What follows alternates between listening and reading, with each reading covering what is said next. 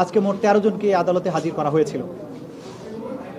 আজকের দিনটা বাংলাদেশের আগামী এবং স্বৈরাচারী হবেন তাদের জন্য একটা শিক্ষার দিন।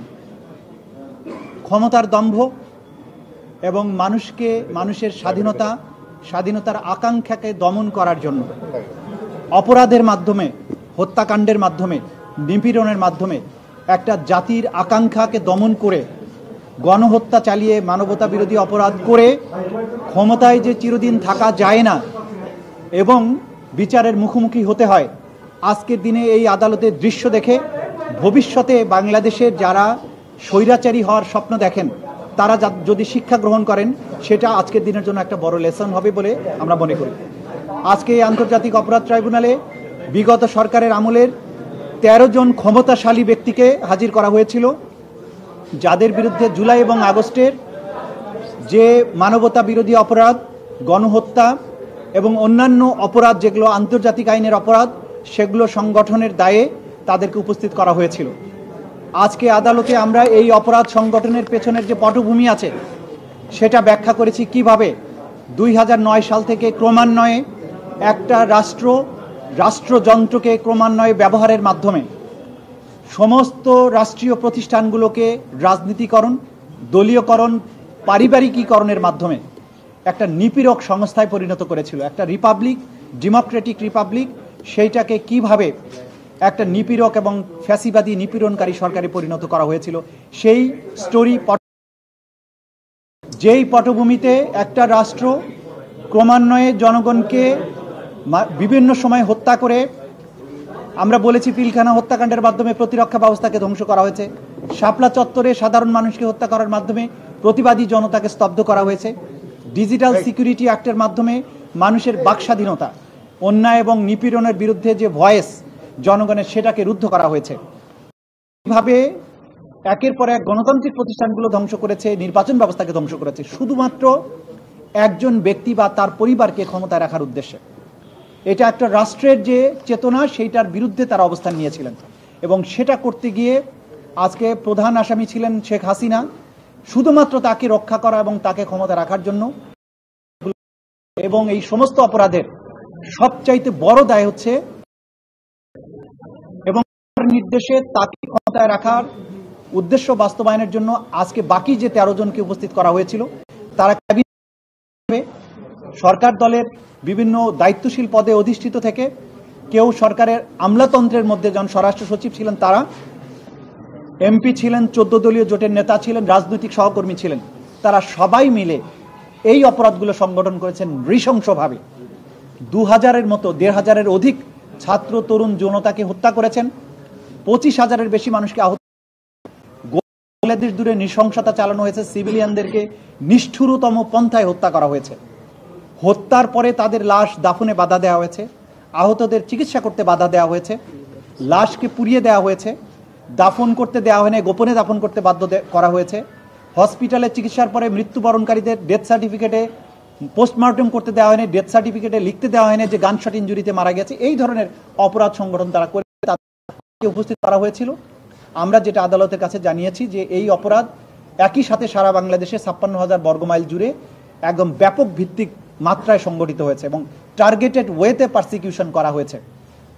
এইটার তদন্ত সমাপ্ত করে বিচারের উপযোগী একটা রিপোর্ট দাখিলের জন্য আমাদের একটা যুক্তিসঙ্গত সময় দরকার। আমরা 2 মাস সময় চেয়েছিলাম, আদালত আজকে 1 মাস সময় মঞ্জুর করেছেন। 1 মাস পরে আবার এই রিপোর্ট দাখিলের জন্য থাকবে, সেদিন হয়তো আসামিদেরকে নিয়ে আসা হবে এবং আমরা আশা করছি খুব দ্রুতই এই রিপোর্ট আমরা তদন্তকারী সংস্থার কাছ থেকে পেয়ে যাব এবং মামলাটি তখন আনুষ্ঠানিক বিচারের জন্য তার যাত্রা শুরু করবে।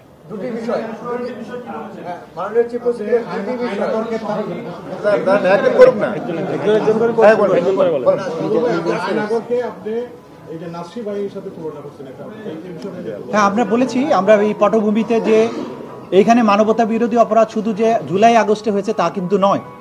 এই সরকার অর্থাৎ বিগত যে আসামি যারা ছিলেন তাদের সরকার যখন ক্ষমতায় আসে তখন থেকে এই গুম, খুন এবং কনসেন্ট্রেশন ক্যাম্পে নিয়ে নির্যাতনের যে বিভৎসতা আপনারা ইতিমধ্যে জেনেছেন। আমাদের তদন্ত সংস্থা এগুলো আমরা তথ্য পাচ্ছি, বা আপনারা গুম কমিশনের কাছ থেকেও জানতে পেরেছেন যে সেই নির্যাতন ক্যাম্পগুলো কতটা নিষ্ঠুর ছিল।